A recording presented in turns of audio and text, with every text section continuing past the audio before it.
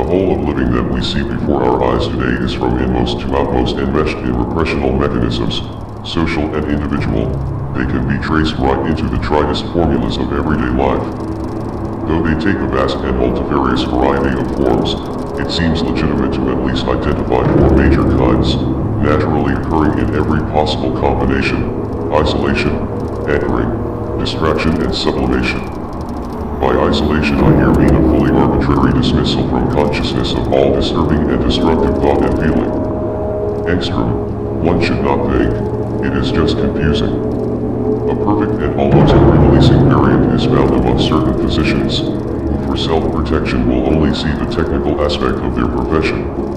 It can also decay to pure hooliganism, as among petty thugs and medical students, where any sensitivity to the tragic side of life is eradicated by violent means, football played with cadaver heads, and so on. In everyday interaction, isolation is manifested in a general code of mutual silence, primarily toward children, so these are not at once scared senseless by the life they have just begun, but retain their illusions until they can afford to lose them.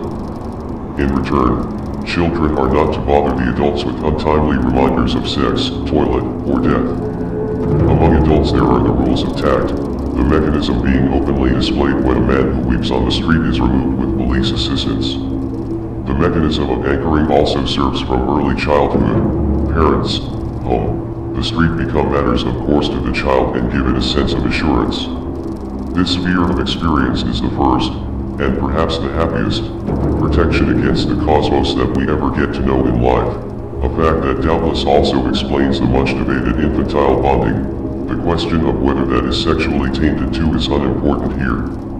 When the child later discovers that those fixed points are as arbitrary and ephemeral as any others, it has a crisis of confusion and anxiety and promptly looks around for another anchoring. In autumn, I will attend middle school. If the substitution somehow fails, then the crisis may take a fatal course, or else what I will call an anchoring spasm occurs. One clings to the dead values, concealing as well as possible from oneself and others the fact that they are unworkable, that one is spiritually insolvent. The result is lasting insecurity, feelings of inferiority, overcompensation, restlessness. Insofar as the state falls into certain categories, it is made subject to psychoanalytic treatment, which aims to complete the transition to new anchorings.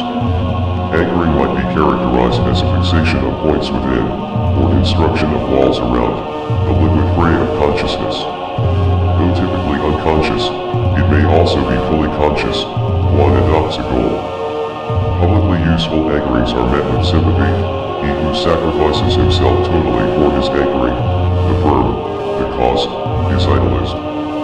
He has established a mighty bulwark against the dissolution of life, and others are by suggestion gaining from his strength.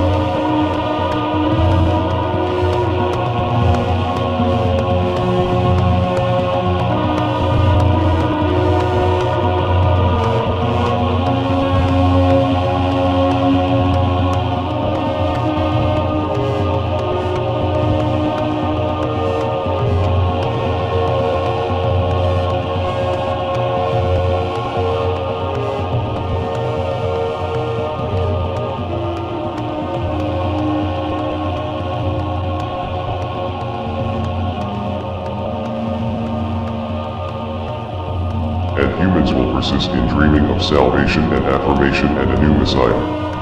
Yet when many saviors have been nailed to trees and stoned on the city squares, then the last Messiah shall come. Then will appear the man who, as the first of all, has dared strip his soul naked and submitted alive to the outmost thought of the lineage, the very idea of doom. A man who has fathomed life and its cosmic ground, and whose pain is the earth's collective pain. With what furious screams shall not mobs of all nations cry out for his thousand-fold death, when like a cloth his voice encloses the globe, and the strange message has resounded for the first and last time. The life of the worlds is a roaring river, but Earth's is a pond and a backwater. The sign of doom is written on your brows, how long will ye kick against the pinpricks? But there is one conquest and one crown, one redemption, and one solution. Know yourselves, be infertile and let the earth be silent after Yah. And when he has spoken, they will pour themselves over him, led by the pacifier makers and the midwives, and bury him in their fingernails. He is the last Messiah. As son from father, he stems from the archer by the waterhole.